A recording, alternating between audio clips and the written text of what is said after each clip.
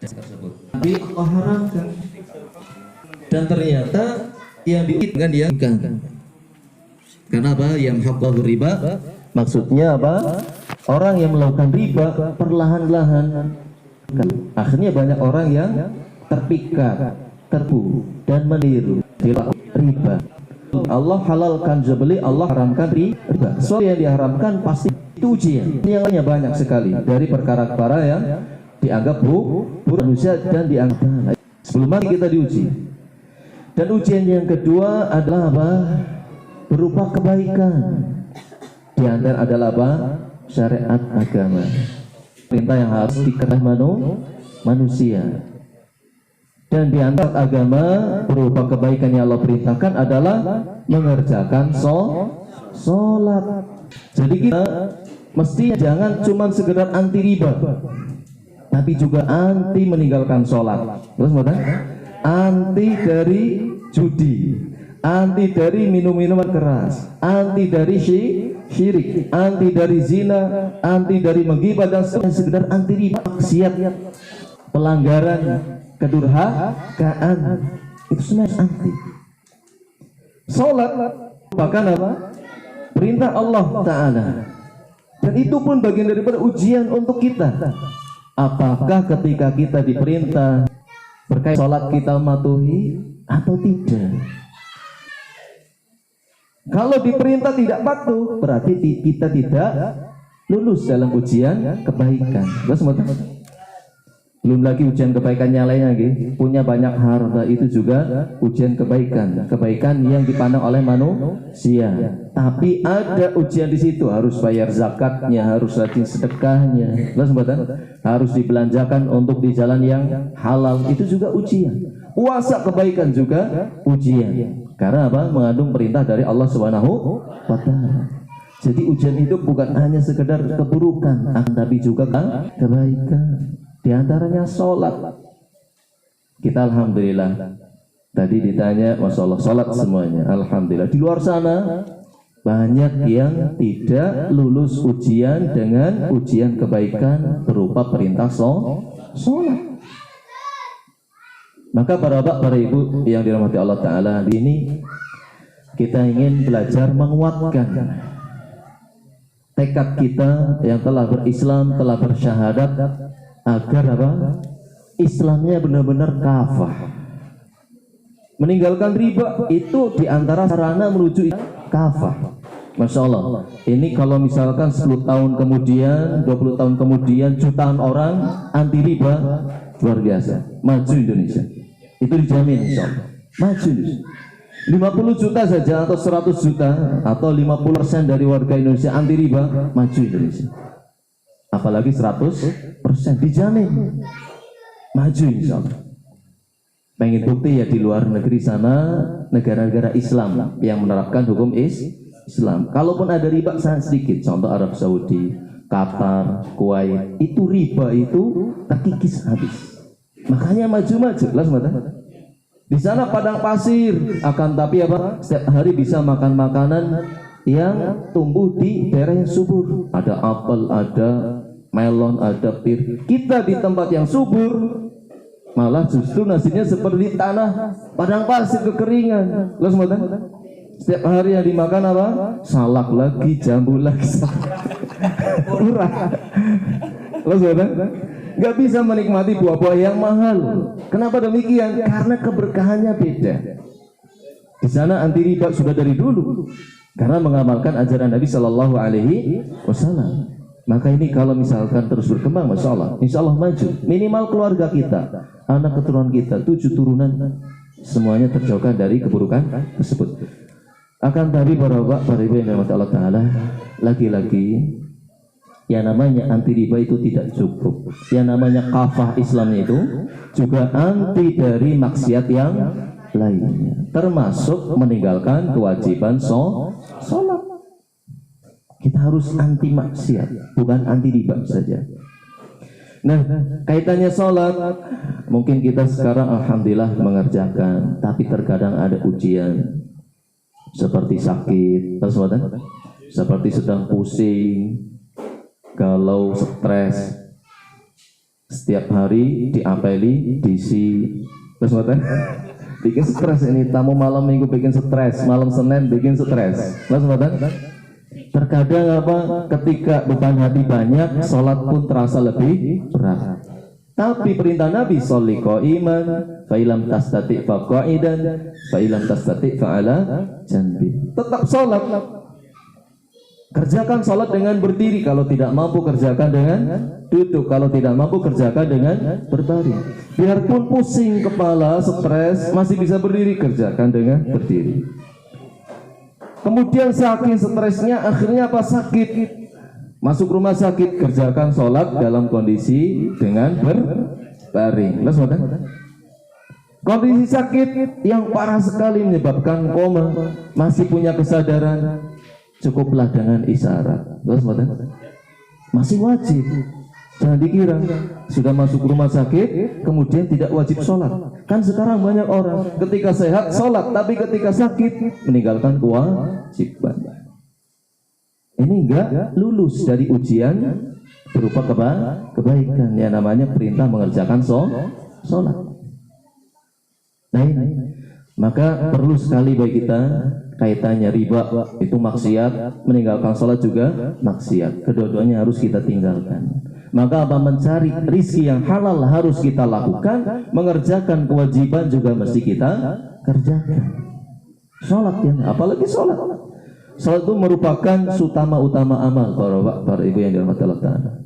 Sebagaimana Nabi Sallallahu Alaihi Wasallam pernah ditanya, ya Rasulullah, ayul a'mali afdal. Wahai Nabi, amalan apa yang paling utama? Kata Nabi, as-salatu li waqtiha, sholat pada waktunya. Di samping mengerjakan sholat, usahakan tepat waktu. Itu seutama-utama amalan. Setelah kita syahadat, maka kewajiban yang harus kita kerjakan setelah syahadat adalah sholat. Sholat 5 waktu kelihatannya gampang, tapi ternyata banyak yang sulit mengerjakannya karena lemah iman. Kenapa lemah iman? Kurangnya keyakinan. Kenapa kurangnya keyakinan? Kurangnya belajar. Kurangnya belajar. Karena malas belajar ini penyakit yang sekarang akut ya di mana-mana bagi kaum muslimin. Akhirnya masjid banyak yang kosong. Jutaan manusia berislam, akan tapi jutaan juga yang tidak sholat. Nah ini. Padahal sholat ini kalau kita pelajari, masya Allah, luar biasa, sangat luar biasa. Di antara faedah sholat,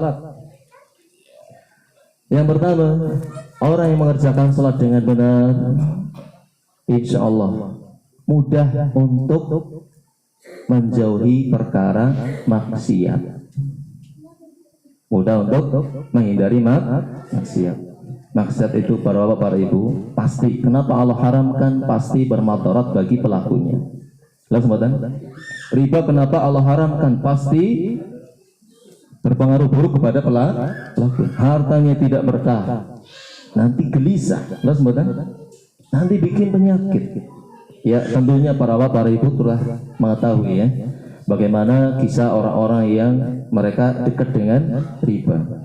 Saya punya teman juga seperti itu, pegawai bank, masya Allah, hidupnya itu mulai awalnya saja kelihatannya bagus, punya mobil, punya rumah, tapi dihutangi oleh banknya. Dia pegawai bank, juga tersangkut riba. Lama kelamaan, masya Allah, kehidupannya itu mulai goyang, goncang dan seterusnya. Mulai lepas mobilnya, lepas rumahnya, mulai dia sakit-sakitan dan seterusnya. Itu ada yang lama nggak punya uang. Saya punya teman sama-sama guru, dulunya pegawai bank.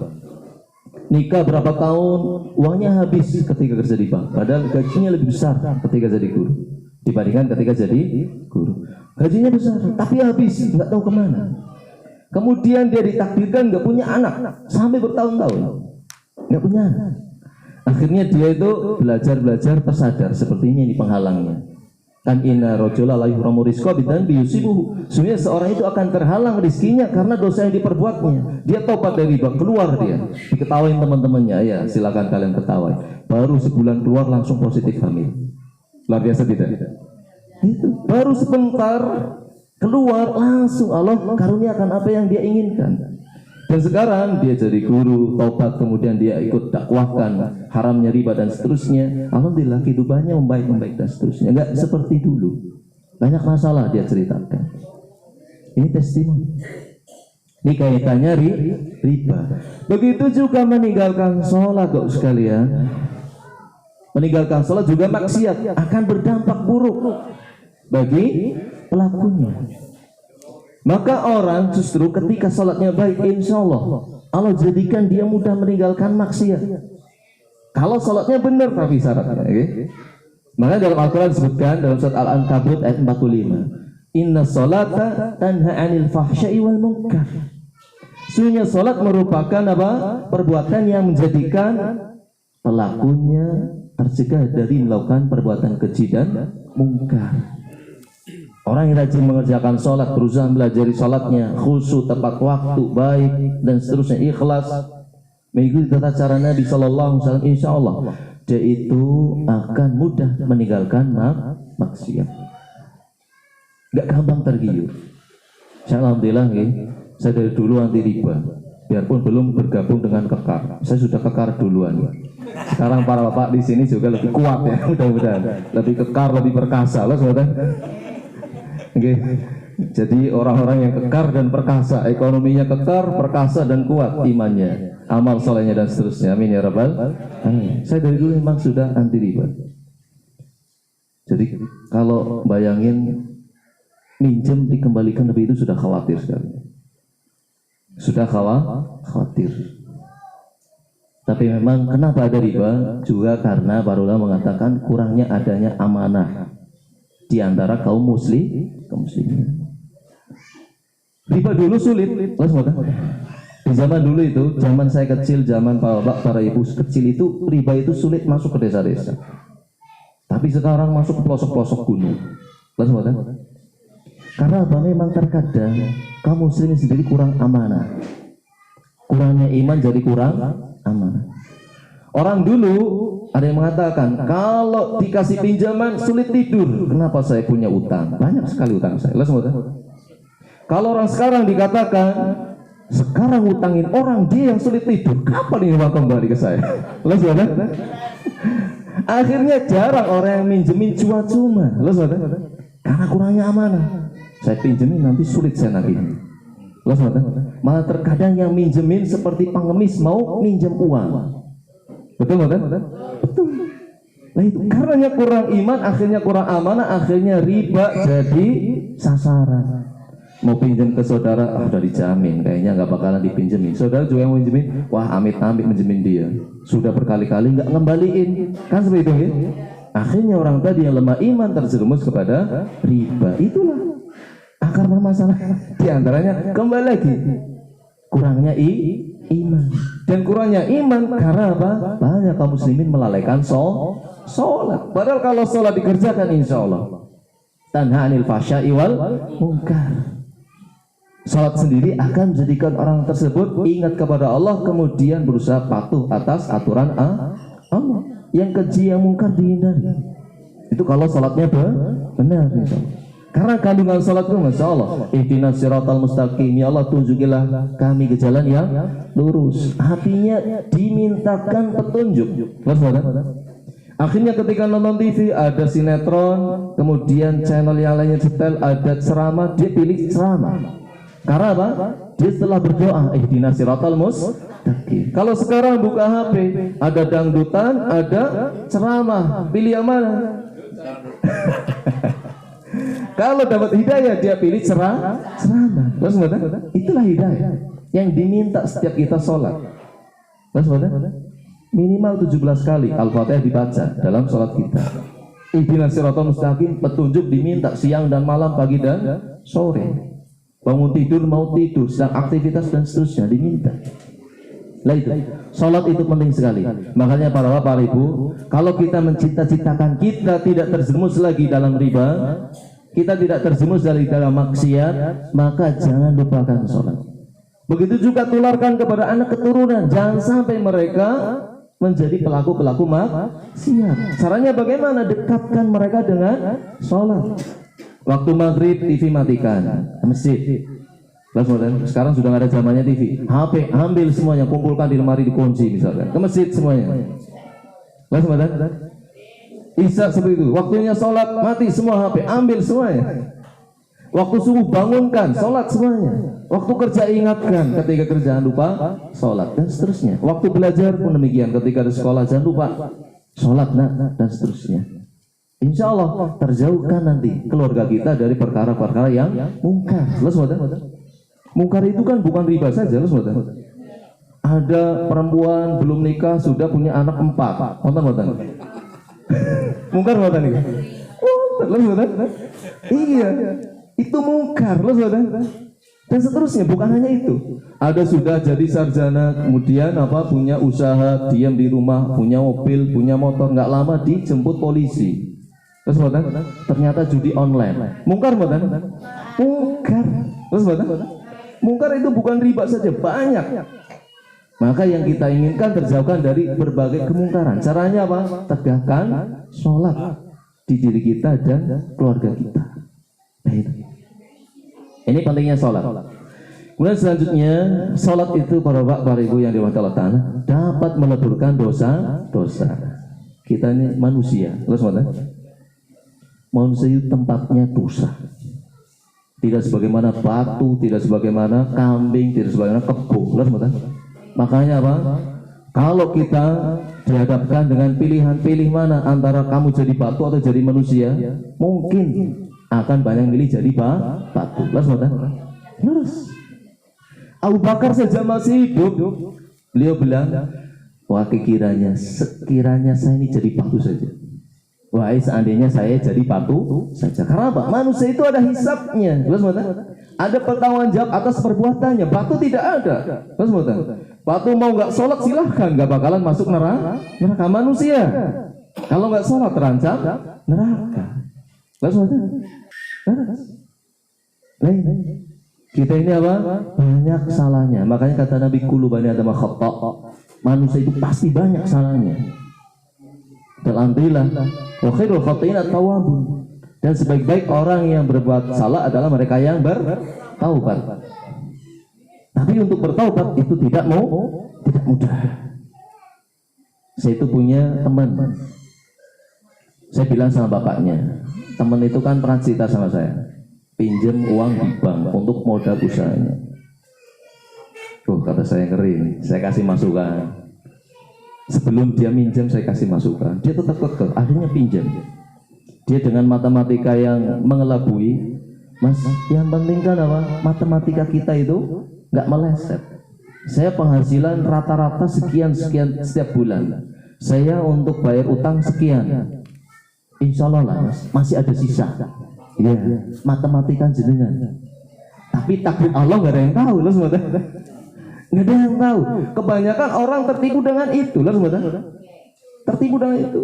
Yang PNS, yang gaji bulanan, saya gaji sekian, untuk nyicil sekian, sekian persen masih nyisa. Loh semua. Tapi nggak taunya pandemi datang 2 tahun, kelenger dia. Loh semua. Wah, sepi sekali toko saya. Padahal tadinya matematikanya tiap bulan saya bisa nyicil sekian dan sekian. Ternyata ada pandemi, siapa yang tahu? Kita mungkin pas dengar di Cina ada corona, kita wah ya Allah lindungilah Indonesia. Ternyata sampai juga kan. Hanya banyak yang kolek. Dan dia saya ajak untuk ikut kekar. Bilang sama bapaknya, apa komentarnya? Kita kalau punya utang ya harus tanggung jawab gitu kan. Bilangnya seperti itu. Janganlah kita itu sudah ada kesepakatan di awal dengan bunga sekian, kita kemudian mau lari dengan label-label agama. Enggak seperti itu. Wah, ini yang pemikirannya sudah enggak benar loh. Kita itu keluar dari riba supaya apa? Riba tidak berkembang, termasuk amar ma'ruf nahi munkar. Ini sama. Bapak Ibu sekarang sedang nahi munkar. Terus menentang budaya riba yang diberlakukan oleh bank-bank yang ada di Indonesia supaya mereka kapok. Saya ngeliat di YouTube ternyata banyak juga yang nentang kekar lah. Terus pakai pinjam lisannya ustadz yang diustadkan. Terus Saya itu perhatikan, ternyata ada juga yang tentang kekar atau yang jenis kekar. Karena apa? Yang anti riba itu bukan kekar saja, banyak ternyata di masjid. Enggak semua dan banyak. Ternyata bank itu sudah bergelisah. Bank itu sudah pada gelisah. Akhirnya minjem ustadz-ustadz dari macam-macam yang mengatakan, siapa yang mengatakan bunga bank haram? Sekarang kalian jangan pakai uang, katanya. Pakai daun, pakai sistem barter dan sebagainya. Wah, ini kebelingan, tahu semua kebelingan. Memang uang itu keluarnya di bank, akan tapi apa? Bukan dijadikan untuk barang komoditi. Terus karena pemerintah mengatur harus ada alat jual beli, alat tukar menukar, ya kan? Kan seperti itu, kan? Alat jual beli, bukan alat jual beli. Kalau misalkan pemerintah beraukan pakai emas perak, ya kita ikuti. Tapi lagi-lagi bukan untuk barang komoditi. Iya, bukan. Dan seterusnya. Nah itu. Jadi dia sudah kebelingan, teman saya seperti itu. Makanya apa ya namanya hijrah itu ternyata bukan perkara yang mudah. Dan dia sudah melakukan dosa. Dan kita alhamdulillah taubat dari perkara dosa tersebut. Dan terkadang dosa sekalian ada faedahnya, ada hikmahnya. Tapi bukan untuk diulangi.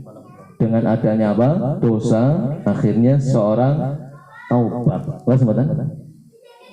Ini ketika Bapak Ibu sekalian mendapatkan sesuatu yang meresahkan dari riba, kemudian bertobat, itu syukuri alhamdulillah, karena telah merubah keburukan menjadi kebaikan.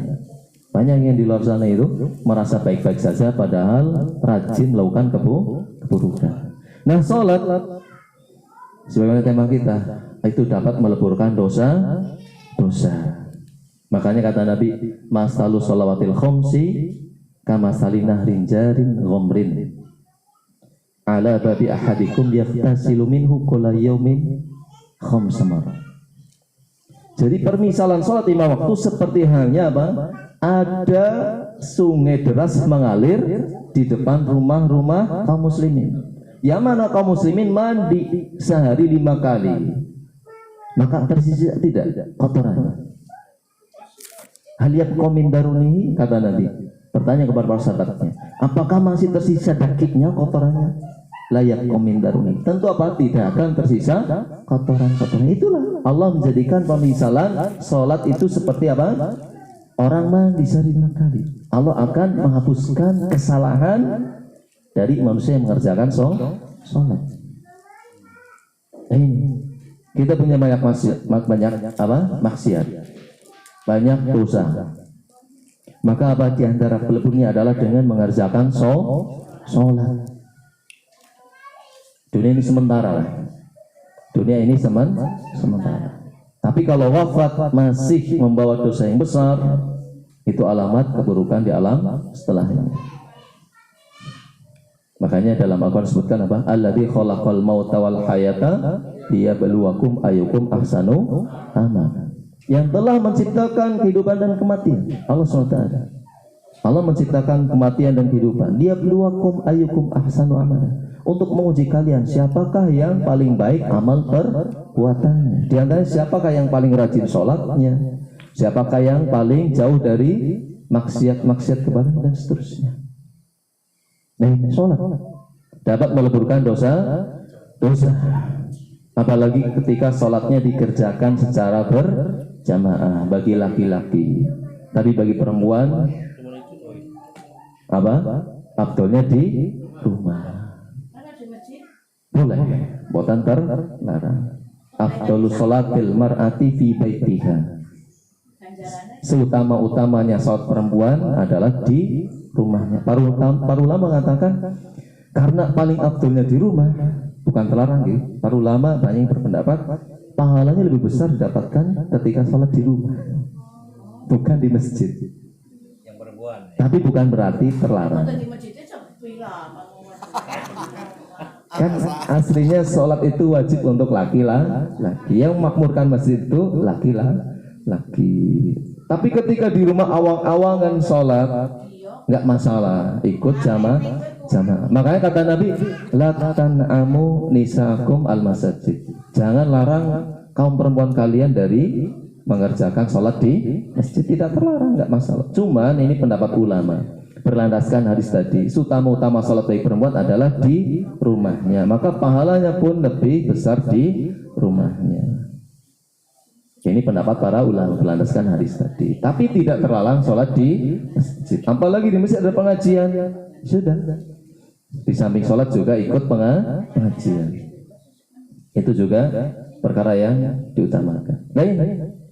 Jadi sholat 5 waktu faidahnya seperti orang membasuh kesalahan sehari 5 kali. Seperti mandi, dibersihkan. Dan kita ini menghadap Allah ketika banyak dosa, sulit kita mendapatkan nikmatnya. Maka yang perlu apa? Kita lebur kesalahan kita di dunia. Sebelum Allah tampakkan nanti keburukan kita menjadi sesuatu yang mengerikan untuk kita.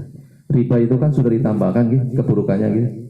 Jangan sampai meninggalkan sholat, keburukannya ditampakkan. Sebenarnya sekarang sudah. Dhaharul fasadu fil bari wal bahri bima kasabat aidinas liyudhiqahum ba'dallati amilu la'allahum yarji'un. Telah tampak kerusakan di daratan dan di lautan. Disebabkan apa? Oleh ulah tangan manusia, maksudnya maksiat. Agar Allah cicipkan kepada mereka sebagian daripada apa? Efek dari perbuatan mereka. Liyudhiqahum ba'dallati amilu la'allahum yarji'un, supaya mereka tobat, supaya mereka kembali kepada Allah. Ini musibah tidak lepas dari maksiat. Terkena riba, wah, sulit tidur, stres, ada yang mau bunuh diri, terus ada. Itu efek dosa. Dosa yang lainnya pun berefek, terus termasuk meninggalkan sholat, itu pun nanti berefek. Dulu ada leketang, terus di Banjarnegara, Allah tibankan bukit ke desa Leketang sampai hilang, terus dulu ada tsunami, ada petobo ya, likuifaksi ya kan. Kemudian kemarin juga ada banjir, ada tanah longsor, ada gempa di Cianjur. Itu kalau diteliti ternyata banyak maksiat di tempat-tempat tersebut. Kalau di Cianjur katanya banyak pemurtadan, naudzubillah min dzalik. Banyak pemurtadan, banyak orang murtad di sana. Kristenisasi. Dan Kristen itu maksiatnya besar sekali. Karena apa? Menyekutukan Allah secara terang-terangan, dibungkus dengan keyakinan agama. Itu maksud besar sekali. Nah, itulah maksiat. Akan berdampak bagi pelakunya di dunia dan di akhirat. Maksiat riba sudah banyak orang merasakannya, bikin stres, bikin nggak bisa tidur. Mungkin ada dari ibu-ibu bapak-bapak yang merasa, oh saya mendingan mati saja, tapi saya punya anak, punya istri dan seterusnya, nggak mau lah. Karena banyak masalah dari riba. Ada yang gila jalan-jalan itu loh. Jalan-jalan itu ada gara-gara riba. Iya. Jadi ada yang nyalon jadi apa gitu nggih. Ternyata caleg apa? Pinjam bank, ternyata nggak jadi, akhirnya gila sendiri. Itu banyak terjadi, nyalon lurah dan seterusnya.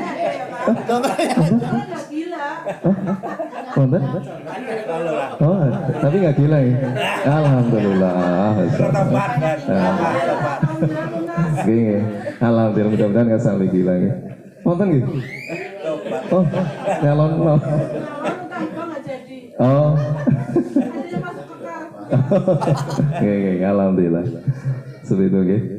Itulah efek dari dosa. Makanya Allah haramkan.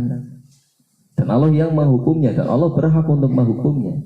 Karena Allah Rabbul Alamin, Tuhan semesta alam, termasuk Tuhannya manusia. Makanya sholat dapat meleburkan dosa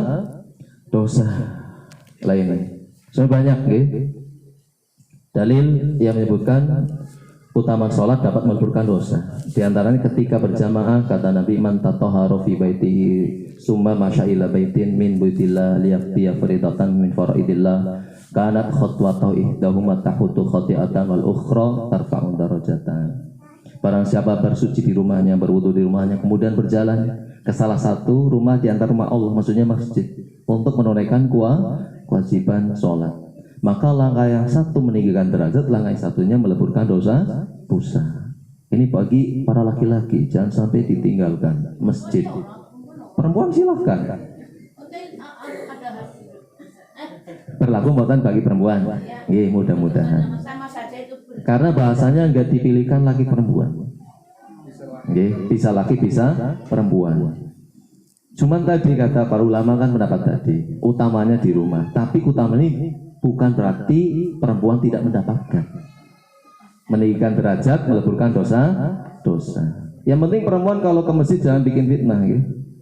Terutama yang perempuan masih muda-muda ya. Ada tetangga rajin ke masjid, ini ada di kampung saya sana. Rajin ke masjid, sono rajin taubat ya. Ternyata ada gadis rajin ke masjid juga. Oh ini ternyata setelah gadisnya ternyata dilamar orang, dinikah orang lain, dia nggak pernah kelihatan ke masjid lagi. Itu ternyata terfitnah dengan perempuan ke masjid. Nah itu makanya utamanya perempuan sholat di rumah. Tapi kalau sudah tidak menimbulkan fitnah, insya Allah tidak masalah. Suara gadis. Bukan masalah. Ini bukan berarti melarang, bukan berarti melarang perempuan ke masjid. Karena Nabi juga mengatakan nih, latan amu nisakum al masjid. Jangan larang perempuan-perempuan kalian dari mendatangi masjid, tidak terlarang. Nah itu. Jadi keutamaan berjamaah, langkah kakinya itu dihitung. Satu langkah meninggikan derajat, satu langkah meleburkan dosa. Dosa kita banyak, bukan hanya riba saja, dosa yang lainnya dileburkan. Itu walalang ya. Hitungannya terserah Allah. Terserah Allah. Makanya para ulama mengatakan utamanya kalau masih bisa dikejar dengan jalan kaki, pakai jalan kaki. Tapi kalau jauh, mungkin orang Papua, kalau orang Jawa makanya nggak ada ya. Mestinya berkilo-kilo, mau nggak mau. Tapi kalau orang Indonesia bagian Jawa Tengah kayaknya mesti itu nggak sampai sekilo sudah banyak didapati. Terus maka ada alasan pakai kendaraan jalan kaki, itu tambahnya lebih besar. Kemudian dalam riwayat yang lain disebutkan apa? Dari langkah kakinya kata bakatibuhu bikuli khotwatin yaktuha ilal masjid asyroh hasanah. Nanti malaikat ada yang mencatatkan setiap langkahnya dihitung 10 kebaikan. Coba, semakin jauh rumahnya semakin banyak pahalanya, semakin ditinggikan derajatnya semakin dileburkan banyak dosanya. 1 kilo jalan berapa langkah? Bandingkan dengan yang 1 meter berapa langkah? Makanya 1 meter nggak ke masjid. Jadi apa setiap langkah dihitung kira? Setiap langkah ada hitungannya. Dihitung apa? Meninggikan derajat, meleburkan dosa, kemudian dihitung 1 langkah 1 kebaikan. Makanya para ulama dulu ada yang sengaja langkah kakinya diperpendek-pendek supaya apa? Hitungannya jadi banyak, nggak jemugrangan. Kalau kita kan loncat-loncat malah, jadi sedikit malah hitungannya. Terus ini dihitung. Kalau jadi harus bersiap. Kemudian hadis yang lainnya berkaitan dengan keutamaan sujud. Alaika bikasrati sujud. Fa innaka la tasjudu lillah sajadatan illa rafa'akallahu biha darajatan wa hatta anha biha darajatan. Khati'atan. Hendaklah kalian memperbanyak sujud, maksudnya sering mengerjakan sholat. Entah sholat wajibnya, maksudnya sudah dikerjakan, kemudian ditambahkan sholat sunnah, itu maksudnya. Jadi memperbanyak sholat, maksudnya memperbanyak sujud, maksudnya memperbanyak sholat. Maka apa? Dengan satu sujudnya akan meninggikan derajat dan akan meleburkan dosa. Insya Allah. Dosa riba juga di samping taubatan nafsu sudah dilakukan, akan juga terleburkan dengan amal ibadah di antara sholat. Pahalanya banyak, okay? Kemudian di akhirat nanti ya lebih utama lagi, keutamaan di akhirat kelak. Maksudnya orang yang mengerjakan sholat, menjaga sholat 5 waktunya minimalnya, itu akan Allah jadikan miliki cahaya. Nanti orang kan nyebrang sirot kondisinya gelap gulita, dan yang akan meneranginya amal solehnya, diantaranya amal sholat. Nanti kan ada orang nyebrang sirat, karena neraka itu apinya tidak merah lagi. Menurut pendapat yang kuat berdasarkan hadis yang sahih, apinya hitam pekat saking panasnya. Jadi kondisi nyebrang sirat gelap gulita. Makanya orang butuh cahaya. Digambar oleh Nabi ada orang yang punya cahaya seperti kunang-kunang di kukunya. Led jalan, mati lagi. Led jalan. Itu orang yang punya keimanan sangat tipis. Kalau Allah kehendaki terjerumus dia ke neraka jahanam.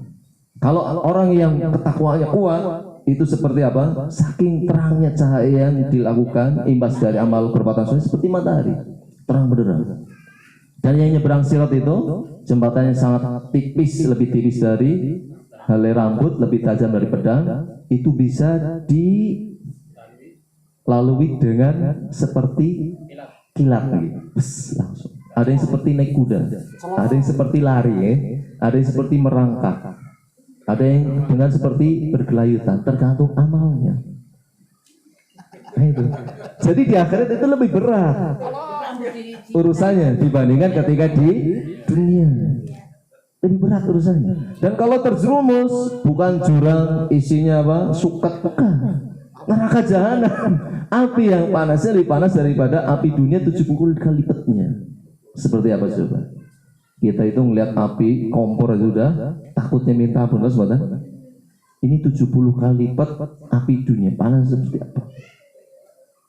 Dan orang yang masuk situ setiap detiknya merasakan pedihnya api neraka. Seharinya 1000 tahun, bayangkan. Silahkan kalau nyisipin 1 hari saja. Naudzubillah min dzalik. Ini pentingnya sholat. Pentingnya amal soleh, diantaranya sholat. Kata Nabi, man hafadha 'alaiha, barang siapa menjaga sholat, kanat lahu nuran wa burhanan wa najatan yaumil qiyamah, maka baginya cahaya. Nah, itu cahaya, penerang. Ketika mau menyeberang sirat. Dan baginya burhan, dia memiliki bukti keimanannya. Saya sholat ya Allah, itu buktinya. Dari keimanannya, dari syahadatnya, itu ada bukti. Dan baginya keselamatan, kesuksesan pada hari kiamat, tidak terjerumus ke dalam neraka jahanam. Itu sholat sebagai penyelamat. Kemudian sebaliknya, waman lam yuhafid 'alaiha, barang siapa tidak menjaga sholat lima waktunya, lam yakun lahu nurun, mereka tidak akan memiliki cahaya, wala burhanun, tidak memiliki bukti, wala najatun yaumil qiyamah, dan tidak memiliki kesuksesan keselamatan pada hari kiamat. Kemudian apa? Wa kana yaumil qiyamah ma'a Qarun wa Harun wa Haman wa Ubay bin Khalaf. Nah, dia akan apa? Dikumpulkan dengan Qarun, Fir'aun, Haman dan Ubay bin Khalaf. Para pelaku maksiat dan penghuni neraka. Orang yang tidak mengerjakan sholat lima waktunya terancam kumpul dengan Fir'aun. Ibu-ibu, Fir'aun itu ganteng, kaya raya, kemudian kuat fisiknya, punya banyak prajuritnya. Sinten sing pengen dados istrine Fir'aun? Sebenarnya ketika dia hidup itu banyak perempuan menginginkan jadi istrinya. Tapi nasibnya di akhirat dia jadi penghuni neraka. Apa gunanya kekuasaannya, hartanya, kegantengannya, dan seterusnya kan? Terus nggak berfaedah lagi. Itulah dunia. Kaya raya tapi riba, percuma. Kaya raya tapi nggak banyak sedekahnya, juga nanti hisabnya berat. Karena apa? Kaya itu juga ujian. Makanya apa? Yang terbaik bagi manusia apa? Inna akramakum indallah atqakum. Jadi nilainya ketakwaan saja yang Allah pengen berikan keutamaan bagi mereka. Takwanya saja. Harta dan sebagainya itu nggak ada nilai lebihnya dibandingkan orang yang bertakwa. Nah itu. Jadi apa? Orang yang sholat akan selamat dari neraka, dari kebinasaan. Dan ini tentunya perkara yang sangat mengerikan, neraka. Kalau selamat berarti kesuksesan yang paling besar. Dan sholat dalam sebuah hadis, awalu ma yuhasabu bihal abdu yaumil qiyamah as-sholat. Yang pertama kali dihisab pada seorang hamba dari amal perbuatan adalah sholatnya. Fa in saluhat saluha sairu amalihi. Apabila baik sholatnya, amal ibadah yang lain terhitung baik. Hijrahnya dari riba kepada yang halal itu juga terhitung lebih baik ketika sholatnya terjaga. Wa in fasada sairu amali. Apabila sholatnya terbengkalai, buruk nilainya di Allah Ta'ala, maka rusak juga amal ibadah yang lain. Fa in fasadat sa'iru amali. Hijrahnya tidak terbilang bagus di sisi Allah Ta'ala. Sedekahnya, puasanya, hajinya tidak terbilang bagus. Maka sholat itu sangat penting mengaruhi urusan yang lainnya. Nah itu sholat. Kemudian selanjutnya kaitannya sholat, khawatir kemalaman ya. Saya ringkaskan saja sedikit. Keutamaan pahala sholat, apalagi berjamaah. Man sholal isya fi jamaatin fakana maqama nisfal lail. Ini jamaah. Barang siapa mengerjakan sholat isya secara berjamaah, kalau malas sendirian kerjakan secara berjamaah. Kalau laki-laki utamanya, bahkan sebagian ulama mengatakan wajib berjamaah. Barang siapa mengerjakan sholat isya secara berjamaah seperti tadi, maka sholat dia seperti menegakkan sholat setengah malam. Luar biasa. Di antara kita siapa yang mampu dari isya sampai pertama malam sholat terus, nggak ada berhenti. Berapa rakaat? Ada yang mampu? Nggak ada yang mampu. Makanya Pak, jangan tinggalkan berjamaah sedikit tapi utamanya besar. Wa man sholat subha fi jamaatin faka'annama shalla lailat kullah. Dan barang siapa mengerjakan sholat subuh secara berjamaah, seolah-olah dia telah mengerjakan sholat sepanjang malam. Ini amalannya kelihatannya sepele, tapi pahalanya luar biasa di Allah Ta'ala. Sholat mempengaruhi amal ibadah yang lainnya. Amalan yang kelihatannya ringan, tapi pahalanya besar sekali. Insya Allah riba itu ketutup sekali dengan amalan utama dari sholat. Riba iya hindarkan, tapi sholat kerjakan dengan baik. Kemudian apa lagi? Sholat merupakan apa? Wasiat terakhir Nabi Shallallahu Alaihi Wasallam. Nabi saking pentingnya menganggap sholat pas sakarat, pesannya apa? Sedang sakaratul maut. Kalau mungkin yang terbeban dengan riba, utang saya tolong lunasi, utang saya tolong lunasi, mati sudah. Okay. Atau mungkin ngumpat kurang ajar itu, debt kolektor kurang ajar, kemudian mati. Karena apa? Setiap hari kepikiran itu. Akhirnya jadi wasiat terakhir. Dan Nabi yang menjadi wasiat terakhir adalah as-salat, as-salat wa ma malakat aimanukum. Jangan lupakan salat, jangan lupakan salat, dan berbuat baiklah kepada budak-budak yang kalian miliki. Artinya apa? Merdekakanlah budak-budak kalian. Berarti Nabi setiap hari itu selalu memikirkan salat. Selalu menganggap penting perkara salat. Karena tidak mungkin sesuatu yang menjadi wasiat terakhir, sesuatu yang tidak penting, sesuatu yang tidak dipikirkan dalam hidupnya. Makanya apa? Orang yang hidupnya ditutup dengan satu, maka itu menunjukkan kebiasaan sebelum dia dicabut ruhnya. Orang yang selalu memperhatikan sholat, bisa ya Pak? Yang diperhatikan adalah sholatnya. Seperti halnya Nabi Shallallahu Alaihi Wasallam ini menunjukkan betapa pentingnya perkara sholat. Kemudian selanjutnya, sebelum dia tutup, kita bahas tentang bahayanya meninggalkan sholat. Bahaya dari meninggalkan sholat. Sholat, kata Nabi Sallallahu Alaihi Wasallam, inna baina rajul wa baina syirki wal kufri tarkus sholat. Sesungguhnya pembatas orang dengan kekufuran dan kesyirikan adalah sholat. Dalam hadis yang lain, faman tarakaha faqad kafar. Barang siapa meninggalkan sholat, maka dia telah keluar dari Islam. Dan keluar dari Islam tidak ada balasan surga sama sekali dari kebaikan yang dia kerjakan. Orang di luar Islam nggak pernah ada ayat yang mengatakan masuk surga, nggak ada. Di luar Islam, di luar iman nggak ada jatah surga. Ini harus kita yakini. Innalladzina kafaru min ahlil kitab wal musyrikina fi nari jahannam. Ayat yang sudah kita hafal. Orang kafir dari Alkitab, Yahudi, Nasrani dan seterusnya, dan orang musyrik, semua selain Islam itu musyrik. Karena menuhankan Allah juga menuhankan selain Allah. Fi nari jahannam, tempat tinggalnya neraka jahanam. Kalau tidak sholat sengaja, apalagi diulang-ulang terus-menerus, maka insya Allah bukan lagi muslim. Na'udzubillah min, kekal di neraka. Riba itu nggak seberapanya, kan? dibandingkan seorang kekal di neraka. Berarti riba tidak seberapa dibandingkan seorang meninggalkan sholat secara terus-menerus. Sekali saja barulah ada yang mengatakan sekali meninggalkan sholat dan sengaja wajib syahadat lagi. Karena apa? Sudah keluar dari Islam. Itu para ulama mengatakan demikian. Makanya dalam sholat pasti diulang syahadat. Terus setiap mau salam ada syahadat. Setiap menjawab adzan ada syahadat. Nah, seperti itu. Ini mengerikannya meninggalkan sholat. Dalam ayat disebutkan masalakakum fi saqar. Para penghuni surga itu bertanya, apa yang menyebabkan kalian masuk ke dalam neraka saqar? Qalu lam nakum minal muslimin. Mereka mengatakan dulu kami lam nakum minal musallin. Bukan termasuk orang-orang yang mengerjakan sholat. Senang meninggalkan sholat. Balasannya neraka saqar itu vonisnya dari Allah SWT. Jelas ini, neraka saqar tempatnya orang meninggalkan sholat. Nanti kalau kita jelaskan bagaimana kengerian neraka luar biasa, nggak ada yang pengen nyicipi neraka. Kemudian apa? Dalam hadis yang lain yang disebutkan, bukan dalam sebuah hadis disebutkan, Nabi itu ketika di Mi'rajkan ke langit ditampakkan orang yang dijatuhi batu bundar. Jadi dia itu telungkup, kemudian dijatuhi batu besar bundar. Ke kepalanya, hancur kepalanya, gelinding.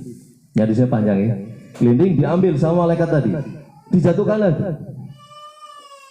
Karena apa? Ketika kembali, kepalanya utuh lagi, gelinding lagi, diambil lagi, dideketin lagi sudah utuh kepala, dijatuhin lagi. Ketika ditanyakan oleh Nabi, kenapa orang tersebut sehingga demikian? Dia itu belajar Al-Quran, tapi malamnya tidak sholat, siangnya tidak sholat. Para ulama mengatakan orang yang tidak sholat dalam kubur bisa demikian. Di dunia ada nggak yang melihat seperti itu?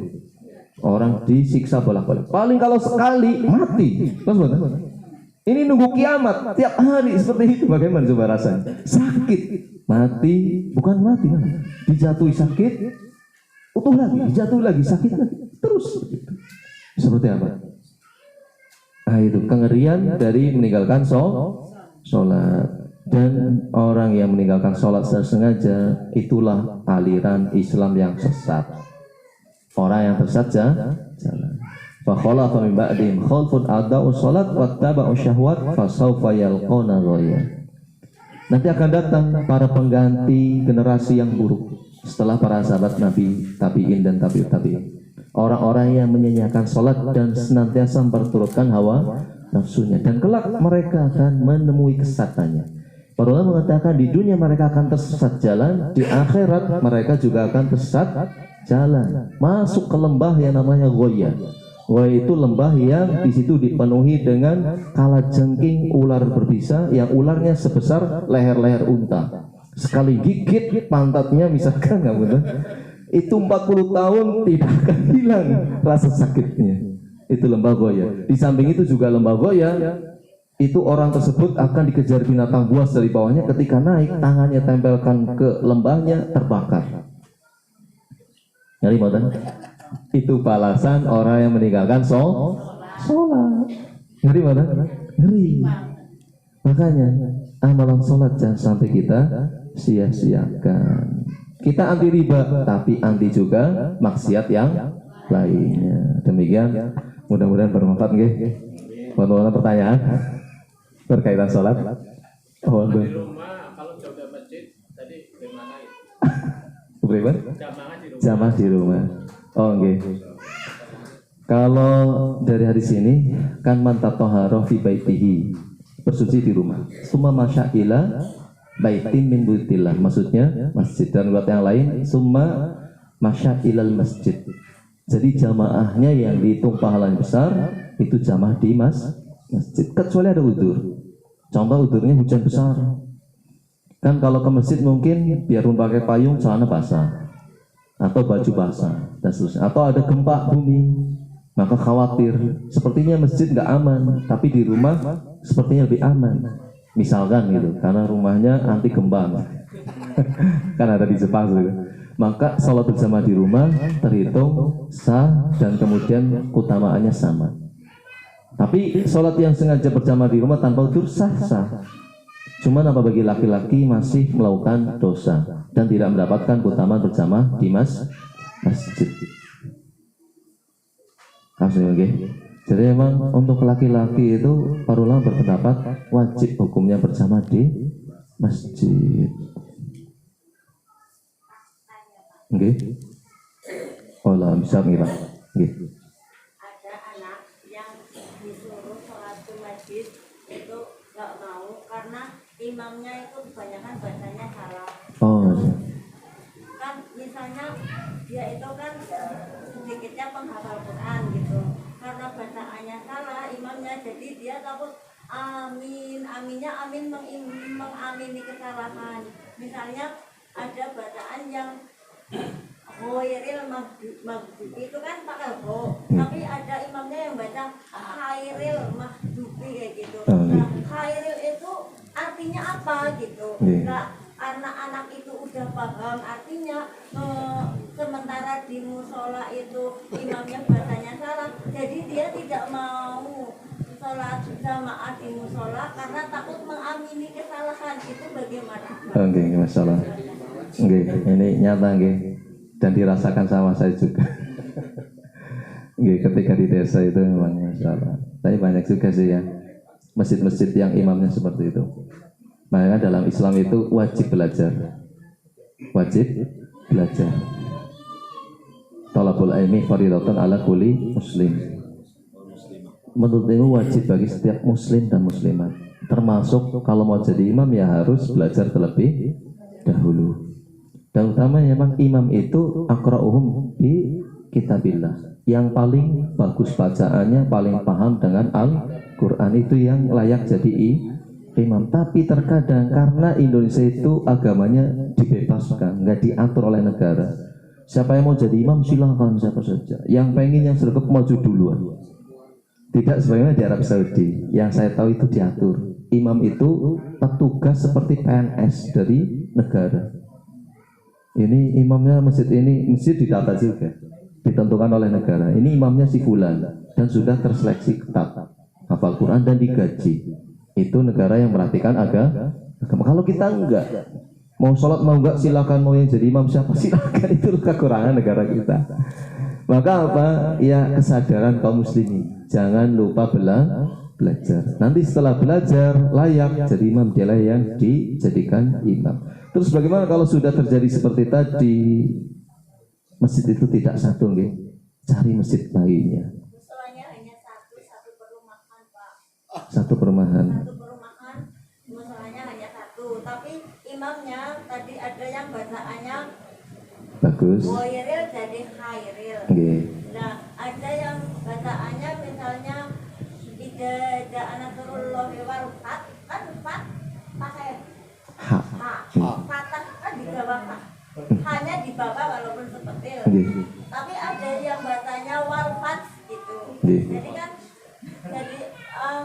bagi anak itu mengganjal gitu. Jadi malah aku nggak mau sholat di musola karena itu salah, nanti aku mengamini kesalahan ya. Emang itu Saya malah anak saya sendiri gitu Pak. memang itu termasuk salah fatal nggih, lanul jali, karena merubah makna. Ghairil maghdubi itu kan bukan orang yang kau murkai. Kan ihdinas siratal mustaqim, tunjukilah kami ke jalan yang lurus. Siratal ladzina an'amta 'alaihim, jalannya orang telah engkau beri nikmat atas mereka, nabi, sahabat, siddiqin, syuhada dan mukminin muslimin secara umum. Nggih, seperti itu nggih. Siratal ladzina an'amta 'alaihim ghairil maghdubi 'alaihim. Bukan jalannya orang yang kau murkai itu Yahudi, waladolin, dan bukan jalannya orang yang kau murkai siapa? Orang yang kau sesatkan siapa? Nasrani. Jadi kalau khairil maghdubi itu sebaik-baik orang yang kau murkai, berarti minta jalannya orang-orang Yahudi. Itu memang fatal.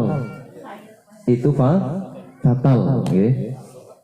Maka memang bagusnya kalau ada imam yang lainnya di masjid lainnya, sholat di masjid yang lainnya.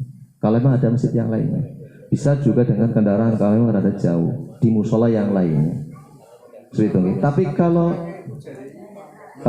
memang bisa ya, kalau yang bisa jadi imam, nah itu bisa. Caranya nggih seleksi. Caranya kalau putra ibu itu sudah di pondok, kemudian ada waktu luang, ajarkan TPQ di musola tadi.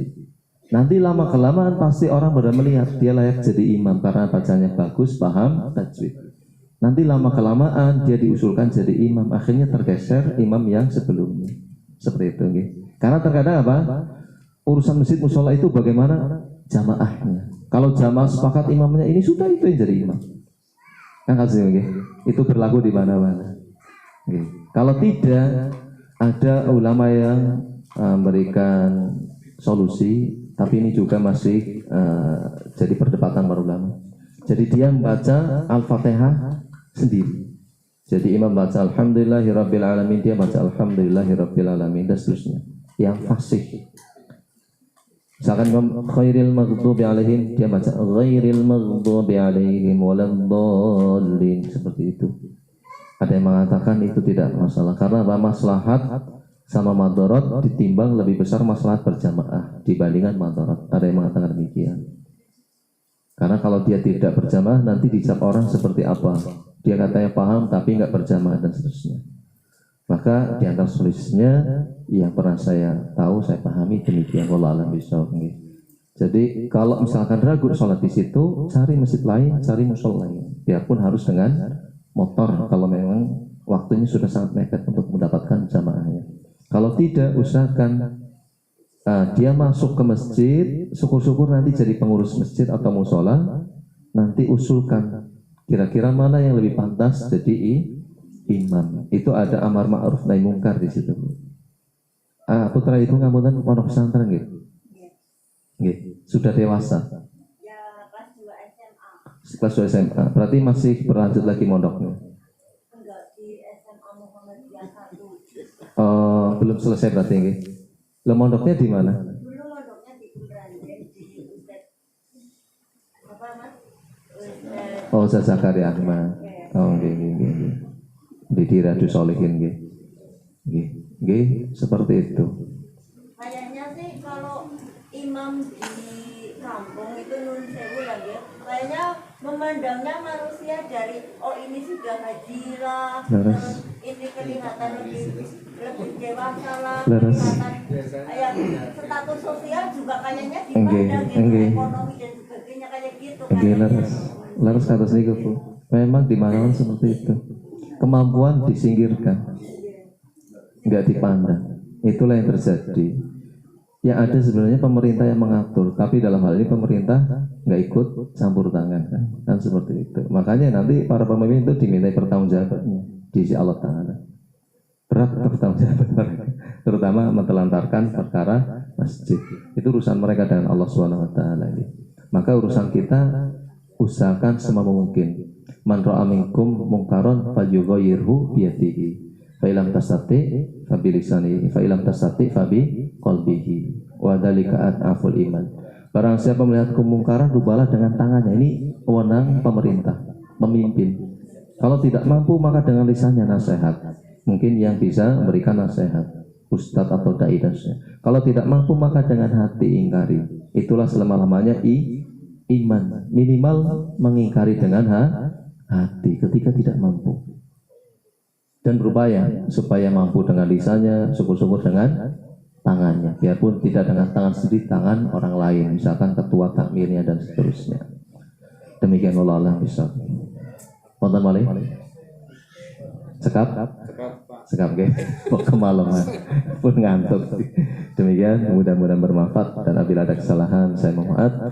Kita tutup dengan baca doa kepada majelis. Subhanakallahumma bihamdika asyhadu an la ilaha illa anta astaghfiruka wa atubu ilaik. Assalamualaikum warahmatullahi wabarakatuh.